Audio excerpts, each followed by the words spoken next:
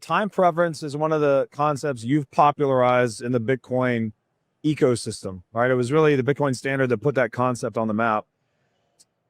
And I often find many of our conversations coming back to that. It's like, what's the problem here? It's like, oh, it's fucking time preference again. This is, Yes. if Bitcoin fixes all these things, it's like because Bitcoin helps with time preference that it fixes all these things. I want to ask you about the relationship between time preference and maturity. Have you heard of the Marshmallow experiment? Yes. Yeah. I mentioned it in the Bitcoin standard. Yeah. So like that seems to be a proxy. So the Marshmallow experiment is roughly like, and correct me where I'm wrong, they offer small children 1 marshmallow now or wait 10 minutes and get 2 marshmallows. Yeah. And the kids that defer and wait to get the 2 marshmallows tend to have better outcomes later in life, right? In terms of financial outcomes, health, relationships, all these things. Yes. So they basically, children exhibited a lower time preference. And that, I guess, is another way of saying that the child was more mature than the child that took the marshmallow immediately. So when we describe time preference, are we describing something like the process of maturation for ourselves individually and collectively? Very much so. I think, children, when they're born, they have an infinitely high time preference. I think I noticed this with my children. One thing, just a small little aside on parenting, hopefully might be useful to some of the listeners.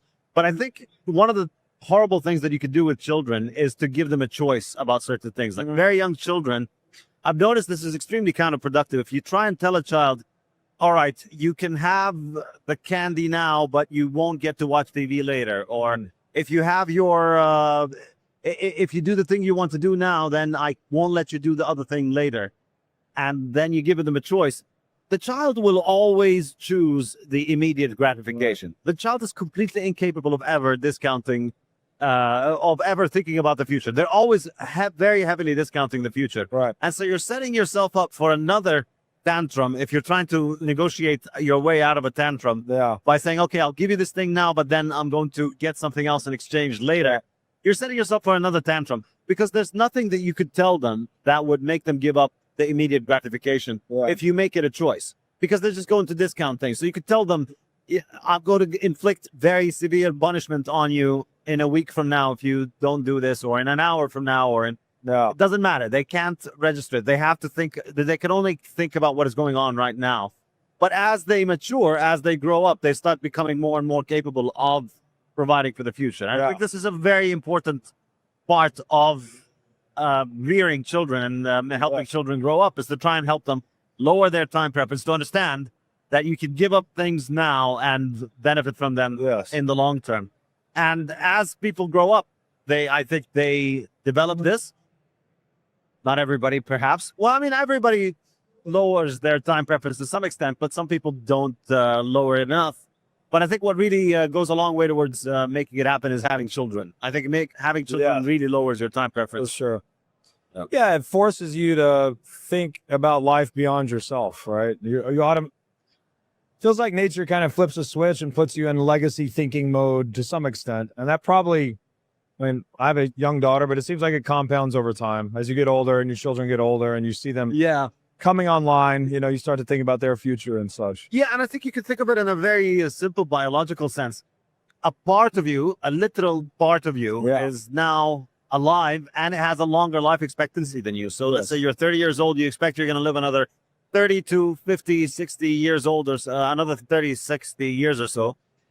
But now there's another part of you that has a much longer life expectancy. And you care about her life or his life. And so suddenly you're focused on the long term a lot more. And you see this in how people's perspective shifts in life and in politics. After they have children, they become a lot more long-term oriented. And the things that bring us joy and pleasure as young people start becoming a lot less meaningful after you have children. So you see this very commonly. People don't enjoy clubbing and partying and drinking or drugs as much as they do, as much as they did before they had children. Just being with their kids, which is amazing. Yeah, it's funny too, because a lot of the literature says like all of your quality of life metrics go down, like you're sleeping less, the financial situation's less, blah, blah, blah. But somehow meaning in life goes through the roof. Yeah. And of course, all of these metrics where they try and look at the difference in the quality of life. Well, yeah, if you look at it in the first few years, but parenting is a very long-term investment. Yes, you give up a lot of sleepless nights, and you deal with a lot of poop for quite a while. But then you've got a companion for life. You've got somebody who'll take care of you when you're older. And so it's very premature. And, you know, like pretty much most of the things that you see on the TV these days, it's just stupid antinatalist propaganda. Thanks for watching. If you enjoyed this episode, click here to find more just like it, and here to find our most recent episode. Also, make sure to like this video to help shine light on the corruption of money, and be sure to subscribe to this channel to stay connected.